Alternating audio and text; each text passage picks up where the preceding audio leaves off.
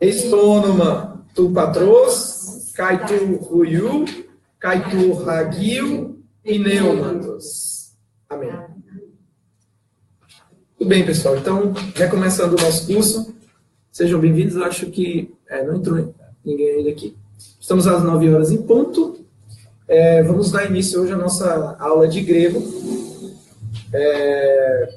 Não tivemos aula na terça passada por causa da Semana Santa. Acho que não convinha quebrar o clima da Semana Santa, né? O clima especial de oração, de meditação do mistério da paixão, do sacrifício pascal de Jesus. Não que o nosso estudo não tenha a ver com a nossa formação cristã, claro que tem, né? Mas não era uma semana de estudar gramática, né? Era uma semana para a gente realmente meditar. Então, costumo fazer aquela oração sempre que o Padre Paulo Caio faz também, né? Inspirai ao Senhor as nossas ações e ajudai-nos a realizá-las, para que em vós comece e para vós termine tudo aquilo que fizermos, por Cristo Senhor nosso. Amém. Então, é uma oração muito antiga da igreja, né? E são orações que a gente precisa ter de memória. Vão servindo para a gente até para meditação.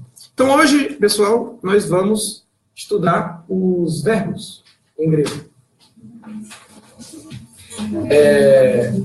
Nós, nas últimas aulas, estamos estudando a morfologia nominal.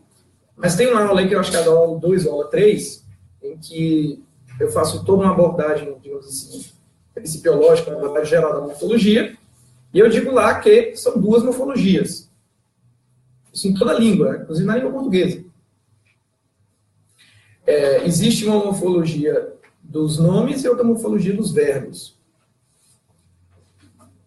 As 10 categorias, 10 classes gramaticais que todos os gramáticos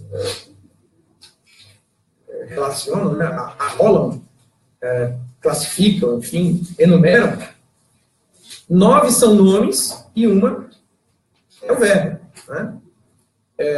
Substantivo, artigo, adjetivo, advérbio, tudo isso são nomes. Faz parte da morfologia nominal.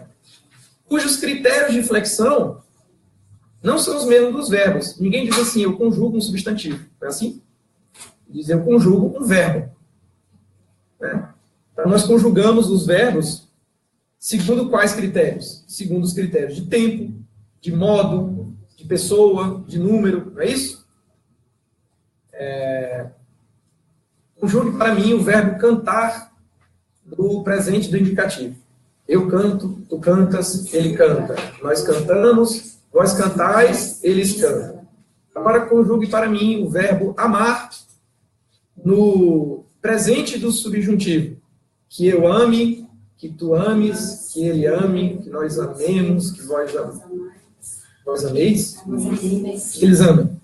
Enfim, quando a gente conjuga um verbo, ou seja, quando a gente flexiona um verbo, o verbo ele varia, ele sofre essa mutação na sua terminação, segundo o critério de tempo, presente, passado, futuro. Segundo o critério de modo, indicativo, subjuntivo, a gente acabou de fazer isso com o verbo cantar e amar, né? Os modos podem ser indicativo, subjuntivo, optativo, imperativo, tudo isso é comum à língua portuguesa, né? Não tem nenhuma novidade aqui. Isso vale para o grego, vale para o latim, para todas as línguas.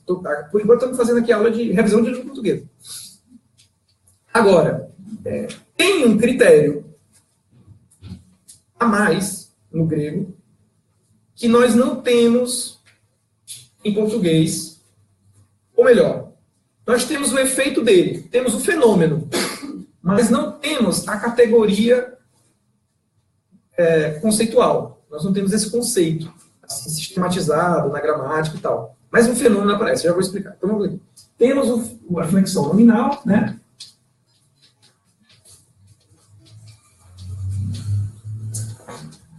E temos a flexão verbal, correto?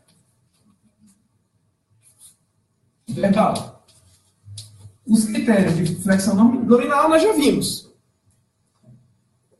Número, gênero, número e grau, né? A gente diz, você concorda com você em gênero, número e grau. Gênero, número, grau, pessoa. Até aí, tudo comum com a língua portuguesa. Mas aí nós já estudamos 2, que são novidades do grego. do grego e do latim e das outras línguas de caso, que são o caso e a declinação. Já estudamos isso, conteúdo das aulas passadas. Estamos aqui na flexão nominal. Agora nós vamos estudar a flexão verbal. Tá? Não é que nós tenhamos esgotado já o assunto da flexão nominal.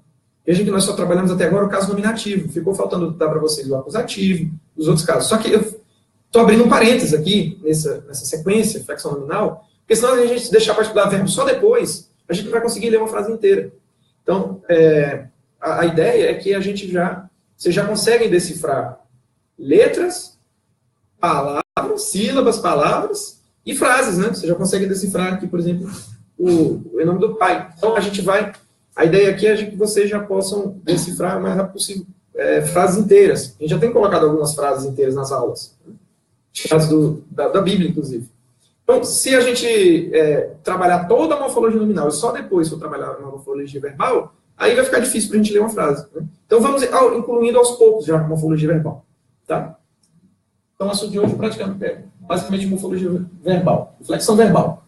Se aqui obedece aos critérios de número, gênero, grau, pessoa, né? E aí, isso aqui é comum para o português. Agora vem as novidades para nós. Caso e declinação. Perfeito. Declinação. Então, asterisco é o que é novidade para a gente. Flexão verbal, nós temos os critérios próprios de flexão verbal, que são número também, né? Por quê? O número é o quê? Pode ser de dois tipos, singular ou plural. Não é assim? A gente diz, eu canto, nós cantamos, no plural. O outro critério é pessoa. Que pode ser igual aqui, né? Primeira, segunda e terceira, né?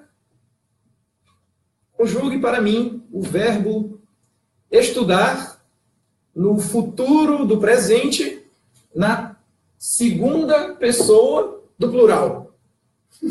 Vamos lá. Eu estudarei, tu estudarás, ele estudará. Nós estudaremos, vós estudareis. Pronto. Aí. Tá?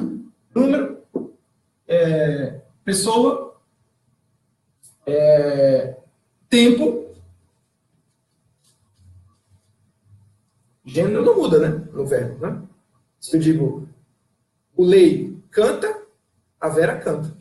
Não mudou, o verbo não sofreu uma flexão de gênero. Tá?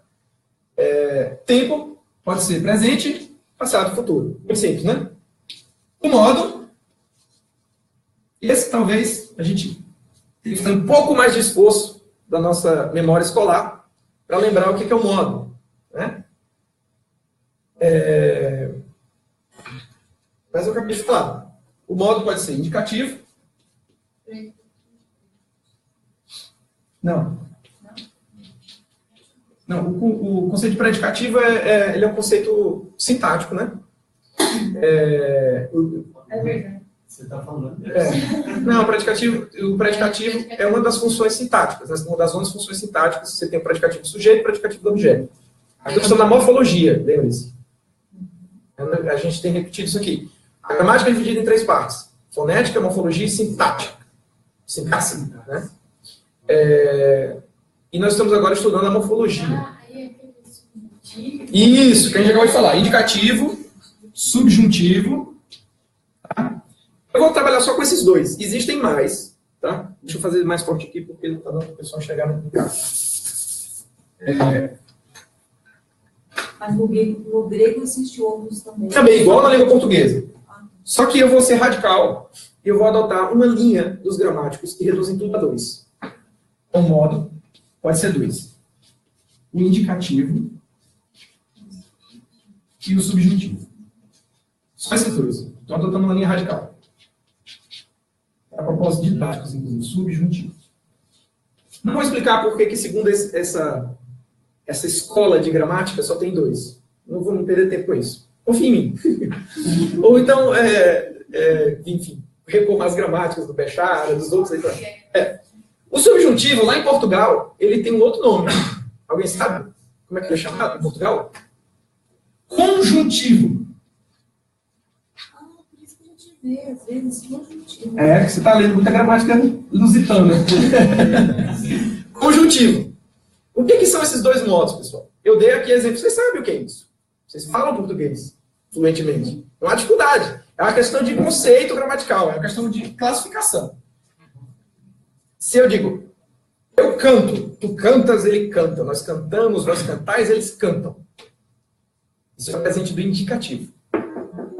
Agora, se eu disser que eu cante, que tu cantes, que ele cante, que nós cantemos, que nós canteis, que eles cantem. Né? Isso aqui é o subjuntivo. É o presente do subjuntivo. Então, uma coisa é eu canto, presente do indicativo. Outra coisa é que eu cante, presente do subjuntivo. Certo? Qual a diferença? A diferença é o seguinte. Tudo que está no modo indicativo está no modo da certeza de quem fala. O subjuntivo, como o nome está dizendo, ele está subido, ou seja, está sujeito, ele está dependente de alguma condição. Com esse que nós fazemos as orações subordinadas. Né? O presente do subjuntivo faz com a partícula, a conjunção que eu cante. O pretérito do subjuntivo, se eu cantasse. E o futuro do subjuntivo, quando eu cantar. Né? Esse é o truque. Portanto, são três conjunçõezinhas, que, se e quando, que nos ajudam a fazer o modo subjuntivo. Por isso se chama conjuntivo em Portugal, porque depende de uma conjunção. Tá? Qual é a questão? É que o subjuntivo ou conjuntivo, ele não tem uma certeza de quem fala. Ele está dependente de uma condição. Não é isso? Aí não vou entrar aqui na teoria dos 4 discursos, né, do Aristóteles Nova Perspectiva, daqueles 4, a sistematização que Aristóteles fez, né, dos modos de certeza e tal. Não vamos filosofar aqui. Mas está muito claro para vocês essa diferença? A mesma diferença existe no grego. Existe no grego. E nas outras línguas também, tá, pessoal? Não é também só da língua portuguesa isso. O que é interessante é o seguinte, notícia boa. O subjuntivo no grego é muito fácil de fazer. Tá? A gente não vai estudar ele hoje, como ele opera na prática. Mas só para vocês ficarem felizes, o subjuntivo é fácil. Tá? O tempo, então, é passado, presente e futuro, correto? Facílimo, né? Todas as línguas são iguais nisso aqui. Agora, é que a porca torce o rabo. Como se diz aqui no sul, né, na Santa Catarina. Porque nós temos um outro critério aqui, que não existe na língua portuguesa, como eu falei. Ou que, pelo menos, ele existe mais como efeito, como fenômeno. Porém, nós não temos o conceito dele nas nossas gramáticas, que é o aspecto. Certo? Então, eu vou apagar tudo e vou ficar só com o aspecto, porque é a novidade para a gente. É a novidade para a gente. Não vale a pena a gente ficar estudando tudo que a língua portuguesa, enfim, já nos dá. Nós vamos estudar aqui o que é novidade, né? E é o conceito de aspecto. Na verdade, vamos lá, aspecto. O aspecto na morfologia verbal da língua grega. Aspecto. É o seguinte, pessoal. O aspecto, se o tempo pode ser de 3 tipos, presente, passado e futuro. Se o modo é de 2 tipos aqui para nós, indicativo, ou conjuntivo, ou subjuntivo, né? Lembrar da nomenclatura. O aspecto é de 3 tipos. Ele pode ser durativo,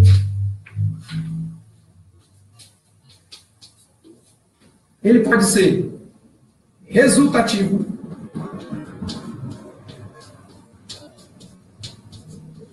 ou ele pode ser aoristo. Eita, palavra estranha. Vamos colocar um sinônimo aqui. Vamos colocar um sinônimo aqui, porque essa palavra é muito estranha para nós. Ou pontual.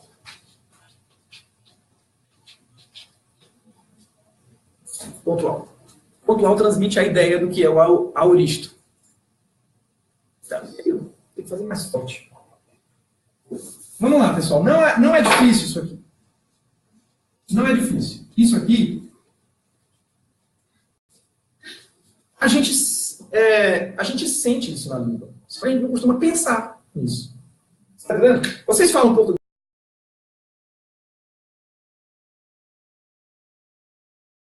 Você, para, sei lá, comprar uma camisa, você não fica, enquanto está conversando com o vendedor e negociando o preço, mas será que eu uso um subjuntivo agora? Ou um presente indicativo? Você não fica fazendo isso, né? Por quê? Porque não precisa. Isso aqui é... Geralmente a gente estuda isso na escola, para a gente conhecer melhor a língua, para conhecer o funcionamento não só da língua, mas também do pensamento humano. E a gente estuda isso quando vai estudar uma língua estrangeira, para entender como é que funciona a outra língua, né?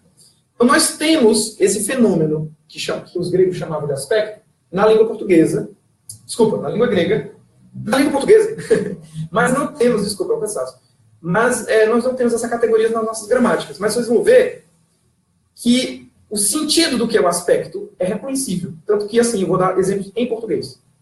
Tá? Exemplos de durativo. Vamos explicar com exemplos que exemplo é melhor. Estudo. Estou estudando.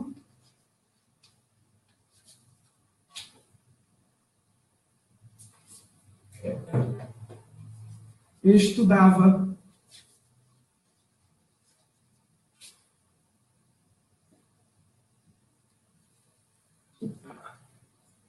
Aí. Poderia colocar, se tivesse mais quadro para lá, estava estudando, né? Resultativo.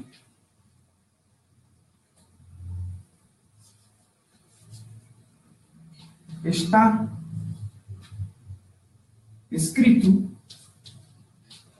ou está feito, foi realizado. Oi? Está consumado. Está consumado, muito bem. Tudo está consumado, né? O pessoal está chegando agora aí. Boa noite, pessoal. Eu acho que eles veem em casa com delay, né? Enfim, estão chegando agora, estão vendo o início da aula.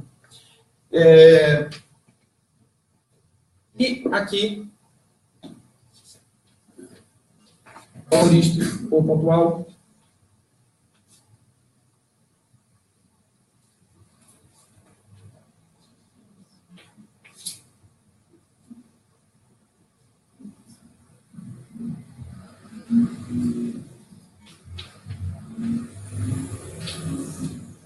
Bom, o aspecto durativo pode ser reconhecido facilmente nesses exemplos que eu dei. Eu estudo grego. Eu estou estudando grego. Eu estudava grego.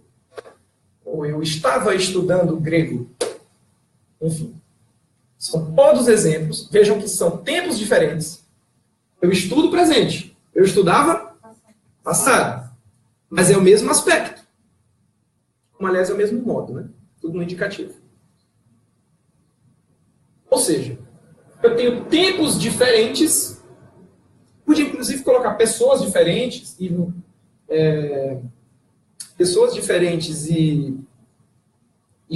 número diferente, ou seja, estudávamos. Aqui. Estudávamos. O que existe de comum? Vamos botar aqui, outra pessoa. Estava estudando. Estavas, né? Tu estavas estudando. O que existe de comum? Eu estudo, tu estavas estudando, nós estudávamos.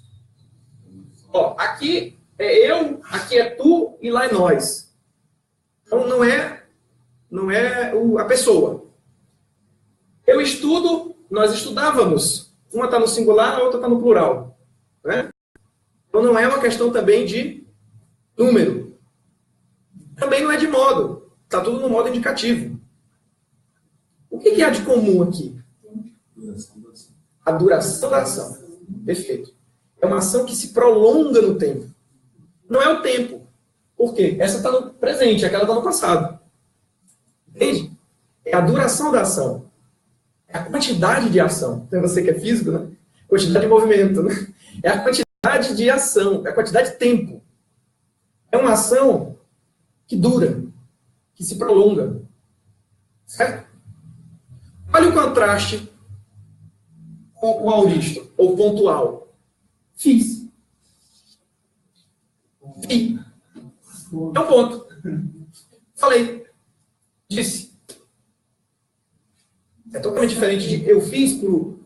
eu pulei isso aqui de propósito. Pulei aqui para a gente ver o contraste da quantidade de ação, de tempo entre o durativo e o pontual. Eu estava fazendo durativo.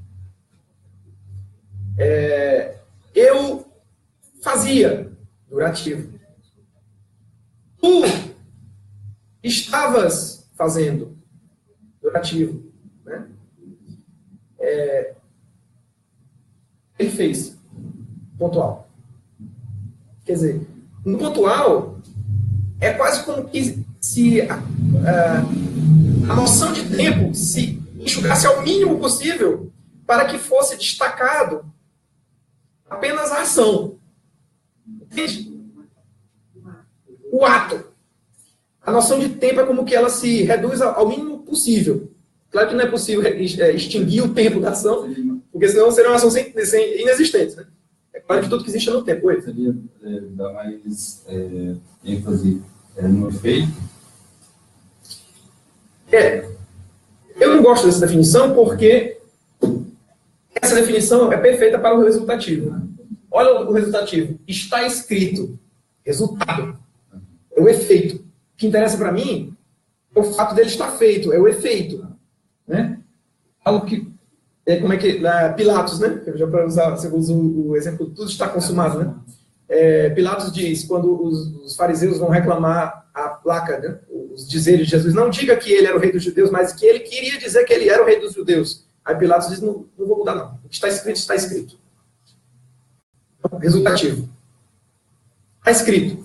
Em espanhol, né? Nós estamos aqui do lado do Paraguai, tem um exemplo ótimo do resultativo.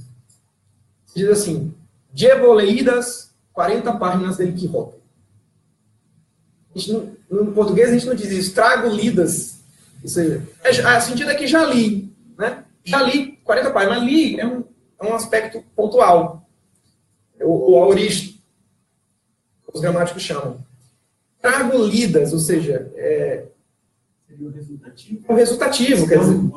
Se a gente usasse no português, falaria trago lidas ou estão lidas. Estão lidas, llevo leídas, né? Diz também, né? Trago leídas, llevo leídas. É a ideia de que a ação está feita, está terminada. Está acabada e acabou e está concluída. O que a gente tem dela hoje são os efeitos dela. Entende? É o resultado. Resultativo. Tá? Nas gramáticas, eu estou aqui de propósito colocando termos fáceis para a gente perceber o que é. Mas na gramática nós vamos encontrar alguns sinônimos. Então, no lugar do pontual, o pontilinear, tem uma gramática que fala pontilinear. Eu acho que é melhor entender pontual.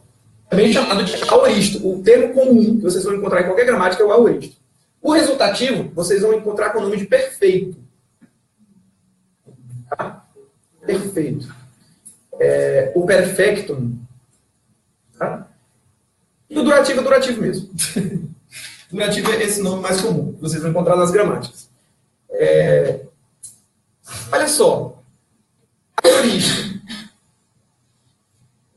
Aqui na Septuaginta, né, a tradução grega, a tradução dos 70, para nós inspirada, já falei isso várias vezes aqui, lá no Gênesis 1, diz, né, Deus criou o céu e a terra. No princípio, Deus criou o céu e a terra. Né? Enarchei, equesem hoteos, ton uranon, kai tengen. Deus criou o céu e a terra. E a terra era informe e vazia. Não é isso? Esse informe é auristiqué. Auristiqué. O auristo é o sem forma. Né? Por quê? O ou indefinido. Indefinido sem forma. Como é que a gente chama o pretérito perfeito nosso, do português em espanhol? Eva. O pretérito indefinido. Yo hice, tú hiciste. Ele hizo, nosotros hicimos, vosotros hicisteis, ellos hicieron. Eu fiz, tu fizeste, ele fez, nós fizemos, vós fizestes, eles fizeram. Então, o pretérito indefinido do espanhol é esse aqui. Eu fiz. Tá vendo que ele é o auristo mesmo. É o nosso, aí que está a confusão. É o nosso pretérito perfeito. Isso aqui é uma nomenclatura péssima da língua portuguesa. Aliás, a nomenclatura da língua portuguesa, eles estão mexendo há mais de um século e só estão estragando a nomenclatura.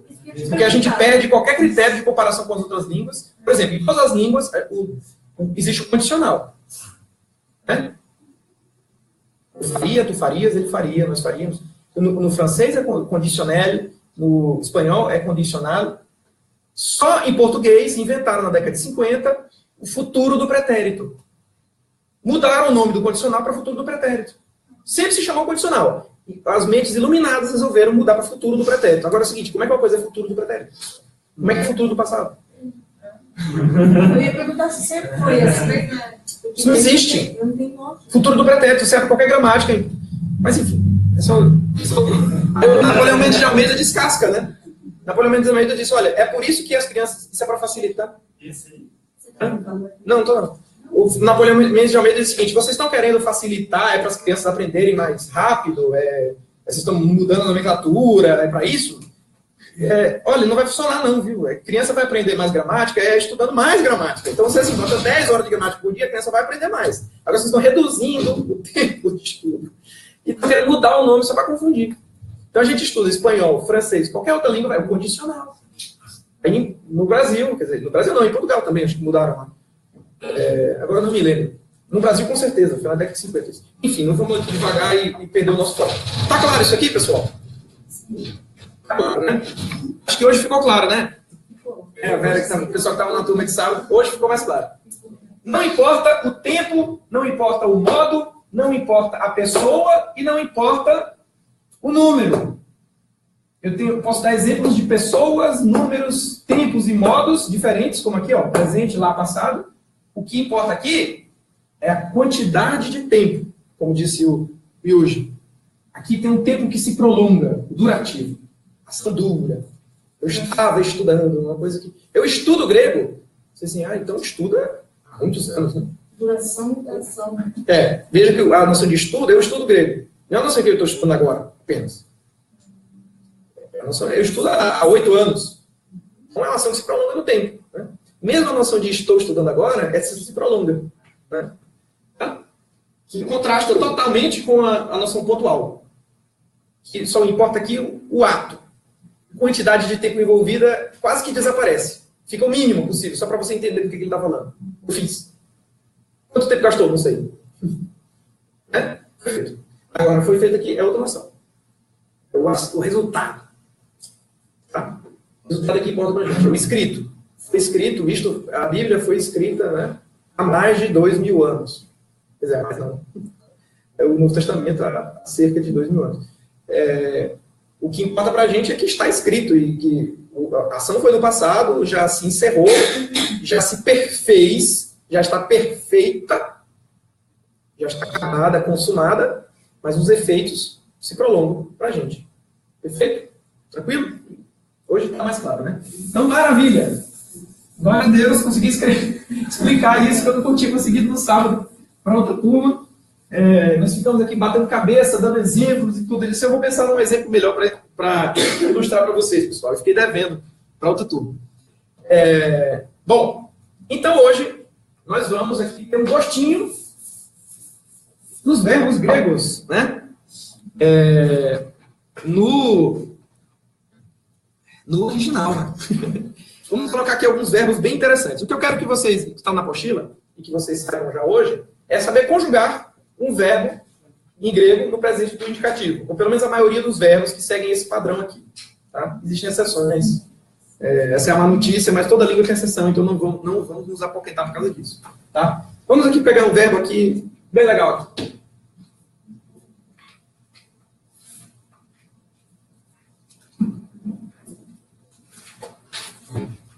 Como se lê isso aqui? Lego, né? Lego, Perfeito. É um verbo que remete a logos, né, pra gente. Logos significa palavra, como nós já vimos. No princípio era o verbo no sentido de palavra. No princípio era a palavra. Enarchei en ho logos. Lego, portanto, é o verbo falar.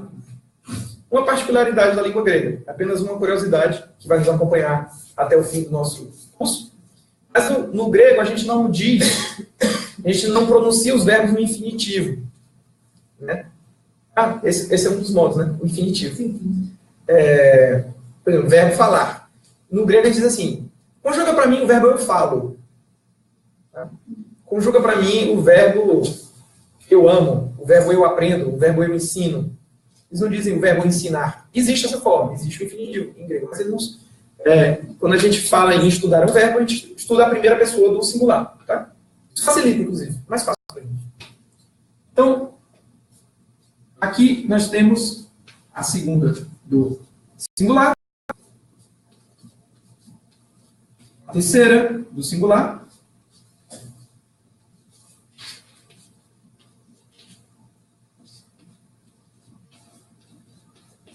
A segunda, a primeira do plural, a segunda do plural, e a terceira do plural. Vai chegar mais ou menos. O problema é essa mancha de luz, né?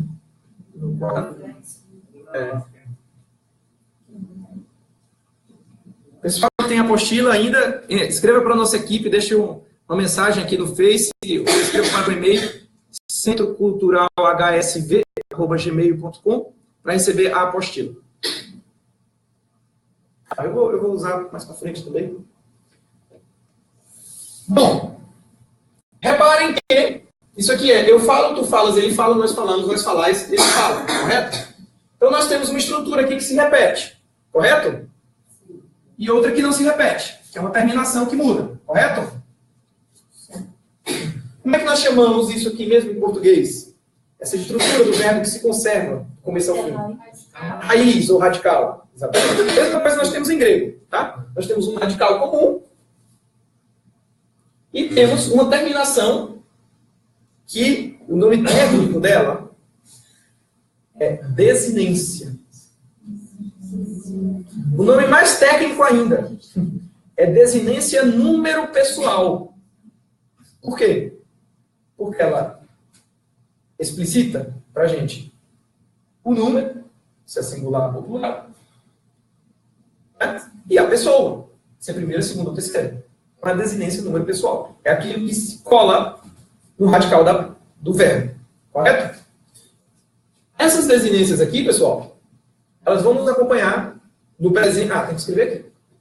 Presente. Já esqueci de falar uma coisa importante. Isso aqui são as desinências do presente, do indicativo,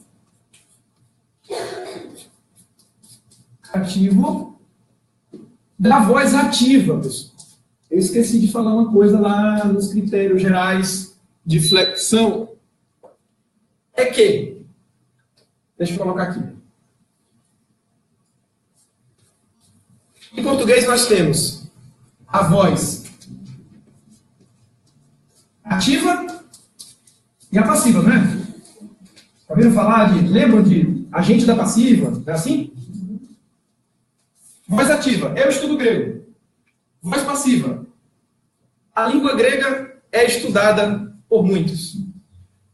Por muitos aí, é o agente da passiva. A língua grega, esse verbo, né? Ele está na voz passiva. Tá? Agora, novidade do grego. Existe a voz média no grego. Que é uma novidade que nós não temos em português. Certo? Que não é uma média aritmética nem ponderada entre a ativa e a passiva. É outra coisa. A noção de voz média é a seguinte. É uma ação que eu faço em proveito próprio, no meu próprio interesse. Isso é a voz média. Ou então, o que nós chamamos de ação reflexiva, em português. Né? Ele se cortou. Né? Ele se feriu. Isso é voz média. Nós chamamos de voz média em grego. Tá? Ou então, ele feriu o próprio pé. Em português, isso é voz ativa, correto? Em português, isso é voz ativa, o exemplo que eu acabei de dar. Ele feriu o próprio pé. Mas em grego, não. É média. Por quê? Porque ele é o agente, ele faz ação e sofre ação. Isso é a noção de voz média. Nem um segredo, tá, pessoal? Nem um segredo. É só uma outra forma de ver as coisas que nós não temos. A boa notícia é que, na maioria dos casos, as desinências de voz média e passiva, que não são essas aqui são da voz ativa, as desinências de voz média e passiva são iguais, na maioria dos casos. Há exceções. Bom, então, fecha parênteses, isso aqui eu estou explicando o conceito de voz. Então, isso aqui são as desinências número-pessoais do presente do indicativo na voz ativa. Porque na hora que a gente for estudar o presente do indicativo na voz média e passiva, serão outras desinências. Certo? Tranquilo? Então, vamos ver agora verbos bem interessantes aqui para a gente começar a ler os evangelhos na Tora. Estou tentando ler lá, hein? Tá?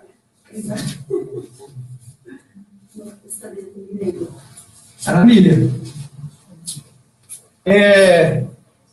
Aqui, pessoal.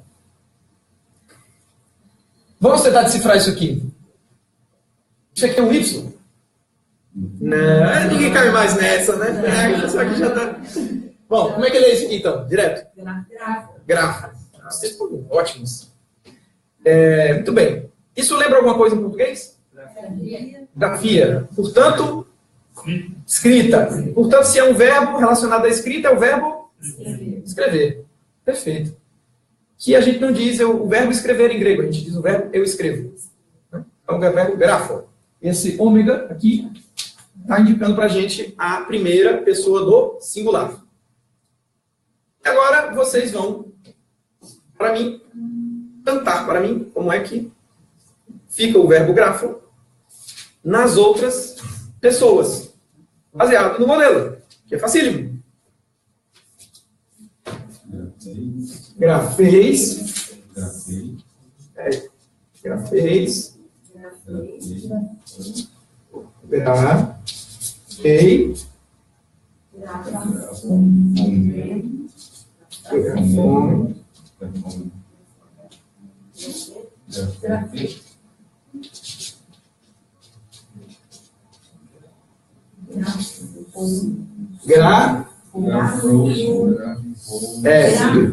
Lembre desse detalhezinho aqui, tá? Isso. O ômicron Y. Em grego, não se lê ou. É aquela exceção do amour e do bonjour.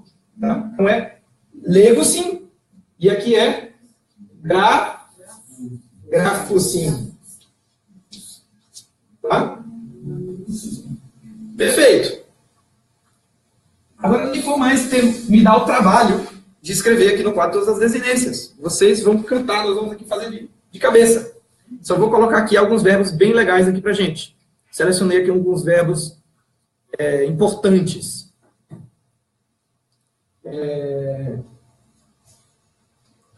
Deixa eu usar, vou apagar aqui o nosso... Posso apagar, né? Vocês já sabem de memória também. Essa parte do quadro é que está mais legível para... Alguns verbos bem legais aqui para a gente.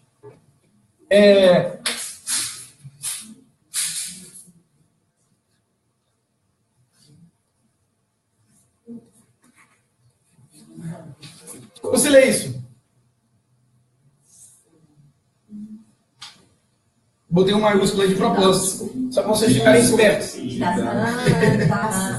Didáscula. Que remete ao quê em português? Isso, é o professor. Portanto, isso aqui é o verbo ensinar. O verbo eu ensino. Tá? E aí fica como?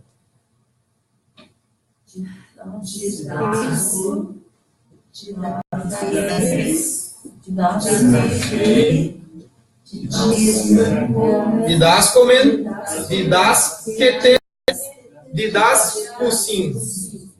Sem nenhuma dificuldade. Tá caindo a ficha aí, né?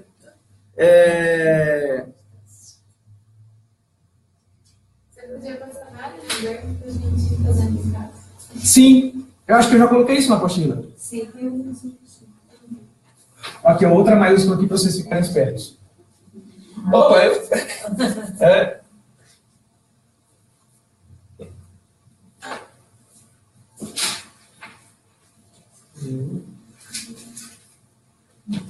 Não, reconhece? Sim, é o meu gama. É o gama. Então fica gnosco.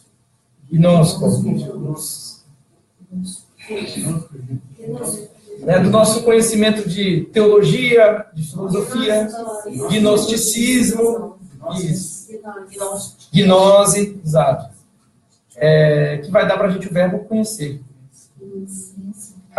O gnosticismo é a doutrina segundo a qual o homem é salvo pelo conhecimento. Né? É uma heresia, ela quase acabou com o cristianismo na sua... Aliás, ela está presente até hoje, né? Nas suas várias manifestações. Aí. Tem alguns filósofos que demonstram isso, que várias heresias modernas são filhas do velho gnosticismo. O homem é salvo pelo conhecimento. Né? Nós, cristãos, pregamos e cremos que somos salvos pelo sangue de Cristo, não pelo nosso conhecimento. Por isso, São Paulo também vai elaborar toda a sua doutrina da kenosis, que é um termo grego que significa esvaziamento. Né? Jesus é um sabichão que tinha todas as respostas na ponta da língua para humilhar os fariseus. Claro que ele tinha isso, ele era isso também, ele era um sábio, ele era a própria sabedoria encarnada. Mas ele se esvaziou assim mesmo. Né? Nós não somos gnósticos. Enfim, fecha parênteses. Aqui, essa aí para vocês verem como a língua grega faz com que a gente entenda as coisas melhor, que a gente vai na raiz das palavras. E é justamente esse o motivo pelo qual as autoridades no Brasil, as autoridades educacionais, eliminaram o estudo do latim e do grego. Porque é muito mais fácil você enganar a população, que não sabe o significado das palavras, não conhece a terminologia, não conhece a origem das palavras. Então, chega aí uma ideologia nova que diz, agora isto é aquilo, tanto faz, agora é o gênero e tal, e todo mundo cai. Porque ninguém sabe as raízes históricas dos termos, ninguém conhece os conceitos, ninguém sabe o que são os conceitos mais, tanto faz. Ou eu acredito no filósofo da moda, né, que está aí no WhatsApp, no Facebook, enfim. Né, encantando com o seu palavra bonito, com a sua lábia, Sofismo. Nem vou falar, né, porque é tão banal de quem se trata. Bom,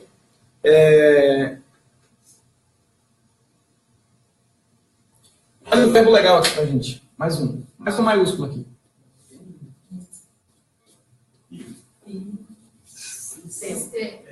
Opa.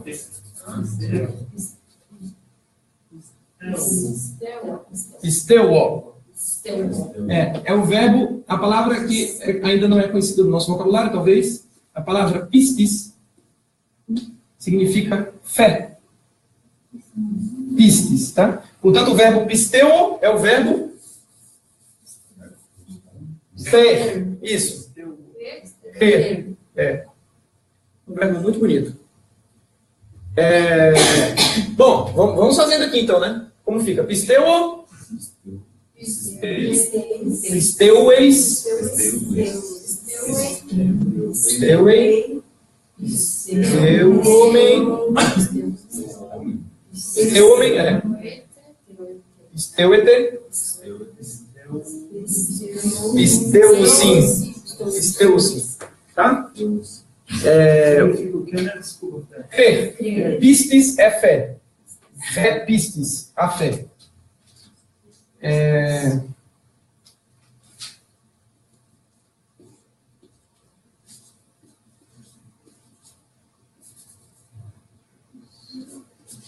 esse verbo, note aí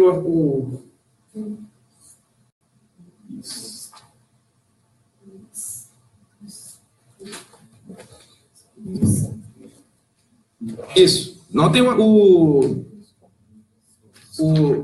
espírito rude. Heurisco. Que significa? Lembra alguma coisa? Mas o espírito está em cima do ele?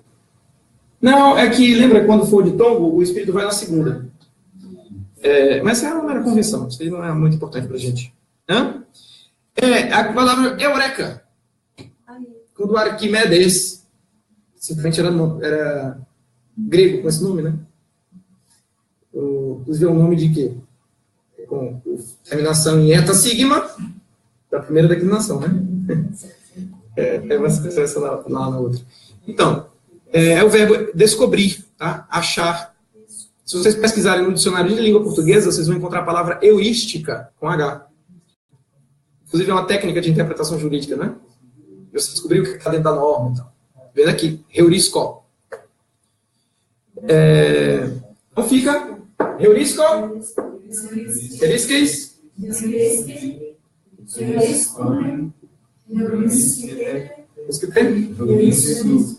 heurisco, sim. Tá?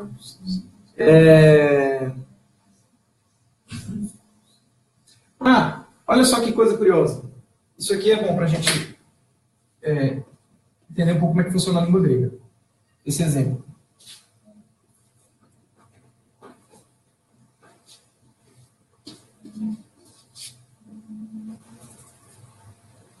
Vamos lá. Exatamente. Essa tá rápida, hein? Anagnóstico. Nós já vimos o gnóstico, né? Que significa? Gnose, portanto, conhecer. Anagnóstico, pessoal, significa ler. Não. Significa ler. Isso aqui, eu botei esse exemplo de propósito. Aná é uma preposição que dá uma ideia de para cima. Mas de conhecer para cima é ler? Pessoal, acontece isso, tá? Em outras línguas também. No inglês nós não temos, por acaso, os phrasal verbs, né? Que são aqueles verbos que estão colados com uma preposição, e a preposição do lado do verbo muda completamente o sentido do verbo. Tá? Acontece. São coisas. Então, aná é uma preposição que se cola ao verbo gnóstico, e aí muda o sentido, fica ler. Tá? Então, esse aqui é o verbo eu leio. Tá? Só para a gente ter uma ideia de que isso acontece, como acontece no inglês. Heurisco ali é eu. Não, heurisco Eu. Heurisco. Descobrir. Achar, encontrar. Jesus encontrou os apóstolos na beira do lago de Nazaré. Vai estar esse verbo lá, heurisco. Bom, o fato de ter uma preposição colada com verbo não é motivo de espanto para nós. Não é só o inglês que tem isso. Nós temos também em português. Nós temos, por exemplo, o verbo por, e temos o verbo supor. E temos o verbo pressupor. Ou seja, por antes de baixo, pré-subpor. Nós temos ceder e temos conceder. Nós temos laborar e colaborar. Laborar com. Ou seja, colaborar. Trabalhar junto com. Trabalhar junto com ele. Colaborar. Operar e cooperar. E por aí vai. Então, não é motivo de espanto nem de surpresa para nós que nós tenhamos verbos desse tipo aqui. Vai acontecer muito. Por exemplo, o verbo balo, tá? Que se traduz por lançar, arremessar. Tá? Com a preposição ek, fica ekbalo, é expulsar. Aliás, olha só, expulsar. É lançar para fora. Tá? Por exemplo, quando Jesus expulsa o demônio, quando ele extrai, né, o demônio, ele exorciza. Lá na sinagoga de Cafarnaum, esse verbo estava conferindo outro dia, está lá, Marcos 1, né? Ou 2, por aí. início do ministério de Jesus, na Galileia. Ekbalo, ele expulsa o demônio, ele exorciza. Né? Você tem vários verbos assim, por exemplo, o verbo baino, é outro verbo, que é caminhar. Eis baino, o eis estava aqui, né? Já seria embarcar, ou seja, você entrar no barco, né? Você caminhar em direção e entrar em algum lugar. Enfim, verbos que têm tem suas variações conforme a preposição que se cola no verbo. E isso nós temos também em português. Né? Os exemplos que eu dei. Bom, eu tenho mais coisas para cá. Eu não trouxe a minha apostila impressa a 5. Vocês têm aí? O exercício, basicamente, é pegar todos esses verbos e ir praticando no caderno. Não usem o computador para isso. Tá? E voltar a ser criança. Essa parte gostosa de estudar o grego.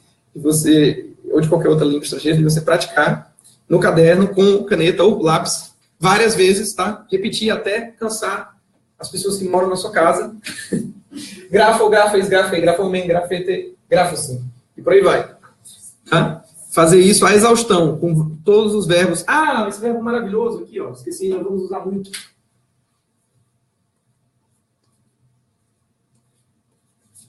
Leiam. O espírito brando.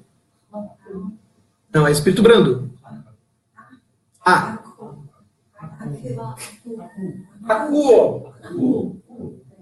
Nenhuma chance de encontrar na língua portuguesa? Tá difícil.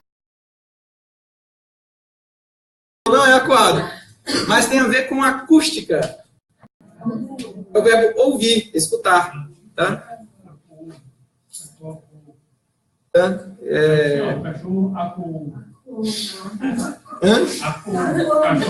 Acu é o verbo escutar, tá? Esse verbo aqui é muito bom. Mais complicadinho pra gente.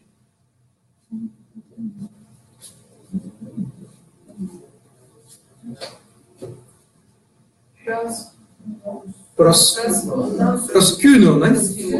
Proskuno. É o verbo prostrar-se, adorar. Enfim, fazer uma genuflexão em adoração. Por exemplo, quando Jesus acalmou a tempestade no mar da Galileia, e aí os discípulos se prostraram diante dele, né? Como os orientais, né? Fazem esse gesto de se agachar, se ajoelhar em frente. Pros é uma preposição, tá? E dá a ideia de algo que vai em direção a outro, tá? Iskuno, proskuno, então, é fazer isso. Prostrar-se diante de, ajoelhar-se, tal, em adoração e tal. O interessante é que, em inglês, joelho é knee. Tá?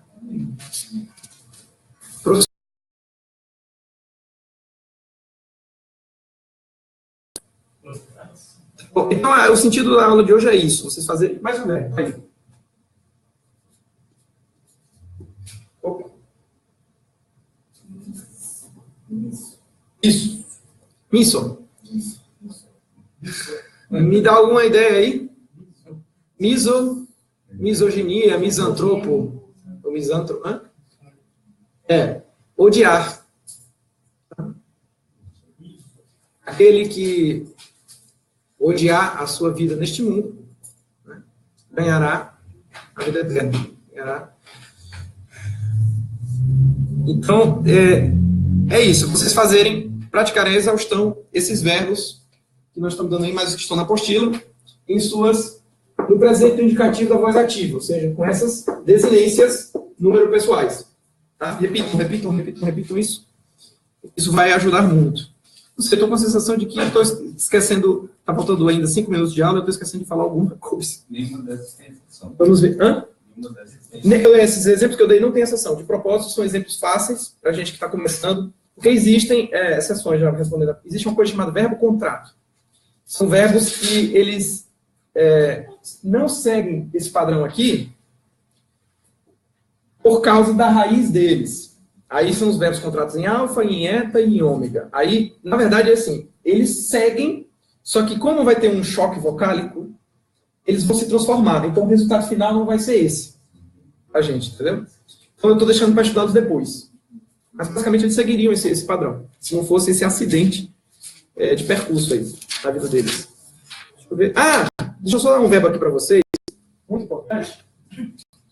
Aí, vamos lá.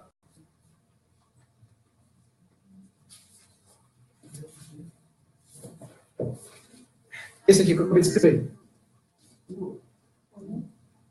Que letra é essa? Não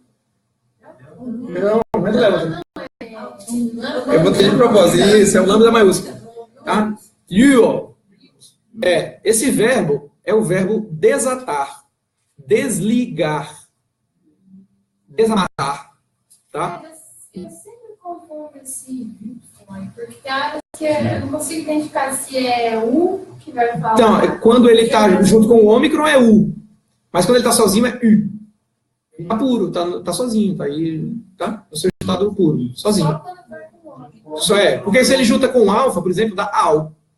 Se ele junta com Y, dá eu. Igual em português, né? Desamarrar, aquele que tudo que será ligado na terra será ligado no céu, e o que se for desatado, desligado na terra será desligado no céu, é esse verbo aqui. Mas por que eu estou dando esse verbo? Porque em todas as gramáticas vocês vão encontrar demais esse verbo. Não por motivo estético, não. É porque ele é o verbo mais regular, talvez, da língua grega, e todos os exemplos, quando você vai encontrar lá no capítulo sobre o presente do indicativo da voz ativa, você vai encontrar you, you, is, you, you, homem, you, you. Esse é o verbo mais regular que vão trabalhar com ele como se fosse o modelo, o paradigma, o tempo inteiro. Tem gramática, por exemplo, esse aqui, ó. Essa gramatiquinha que eu já passei para vocês, as 25 lições, só trabalha com ele, é como se a língua grega só tivesse esse verbo. Por exemplo, que ele é bem regular, então ele é ótimo para... Tá? Poxa, acho que valeu a pena. A gente poderia ter inserido o verbo ser, que ele é um verbo irregular, que não segue esse padrão aqui, e que é muito importante, né? O verbo ser, eu sou, tu és, ele é, enfim. Mas ele não segue esse padrão, então para não tumultuar a aula, estou deixando ele para depois.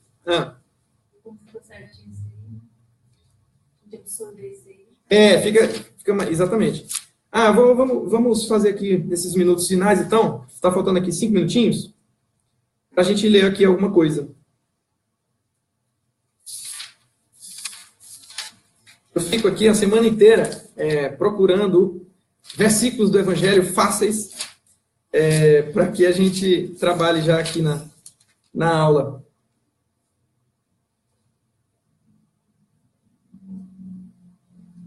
O mais lógico seria, antes da gente trabalhar os versículos, como a gente está começando a estudar os verbos, tá?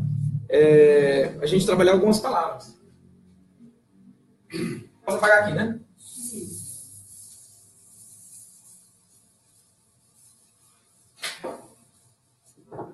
Só para a gente finalizar com essa familiaridade maior.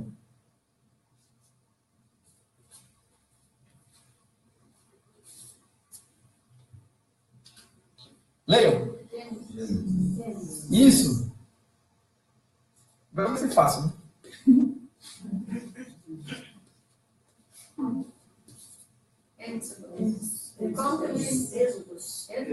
Exodus, né?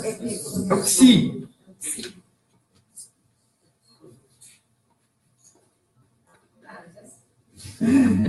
Tá vendo?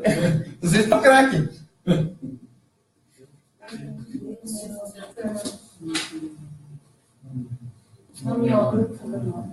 Isso. Agora eu quero ver, então. Isso aqui é aqui declinação. Passado. Não. Segunda declinação. Final em sigma. E ela pode ser tanto como feminina. Perfeito. E Deuteronômio? Neutro, perfeito. De segunda declinação, tá? Uma coisa que eu esqueci, não é que eu esqueci, eu deixei, não deu tempo trabalhar, mas é o plural, tá? Essa palavra aqui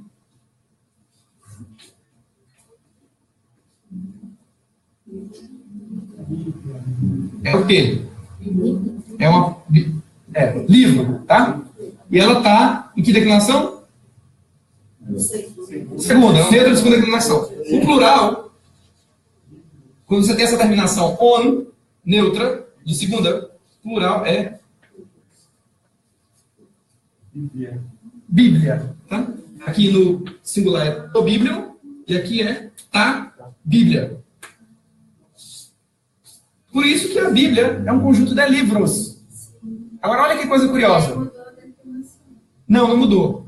Isso aqui é o plural, cuidado, isso aqui é o plural da segunda. Não é que tem mudado a declinação, tá? Cuidado. Acontece isso. Realmente, se não tivesse aqui o artigo e tal, acontece às vezes a gente esbarrar assim, tá? E fazer essa confusão. Muito, muito bem observado. Nas próximas aulas eu vou fazer essas observações. Bom, tá a Bíblia. Agora uma coisa curiosa. Quando você tem um neutro plural no grego, também pode funcionar como uma coisa no singular. Por exemplo, assim, é no sentido de conjunto das coisas. Aí você tem o conjunto na singular, né? O conjunto dos meus livros é pesado.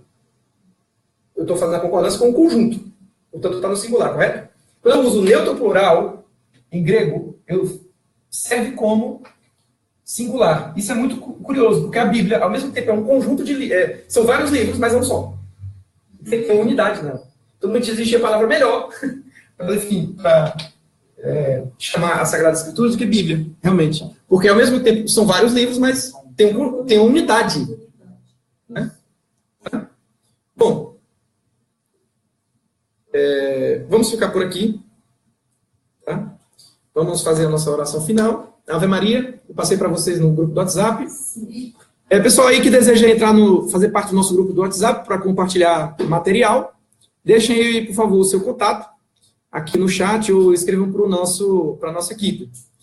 Vamos então rezar, vou contar com vocês aí para fazer o nome do Pai, vocês já estão sabendo.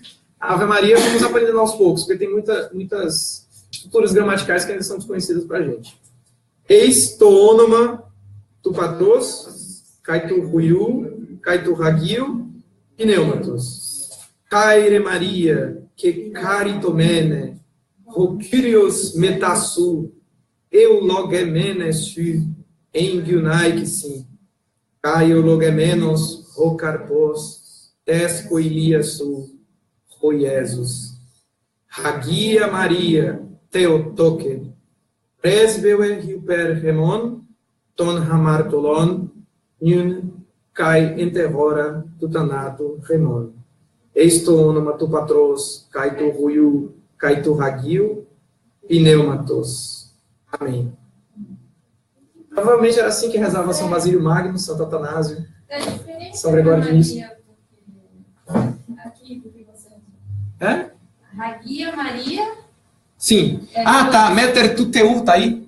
Mãe de Deus. É que eu faço o Theotokos, porque Theotokos é o título de Maria, Dei Genitrix, em latim, né? Aquela que gerou Deus, né? Porque aí tem a questão do Concílio de Éfeso, né? Que definiu Maria como Theotokos, como a Dei Genitrix, quer dizer, aquela que gerou. O Concílio de Éfeso foi tudo definido em grego, né? E que, portanto, afastou de vez, sepultou a heresia do nestorianismo. Então, eu gosto desse título, Theotokos. Com devoção especial por esse título. A nossa mãe. Então, pessoal, boa noite e até a próxima terça-feira, no mesmo horário, às 9 horas, aqui neste canal. Um abraço para vocês e fiquem com Deus.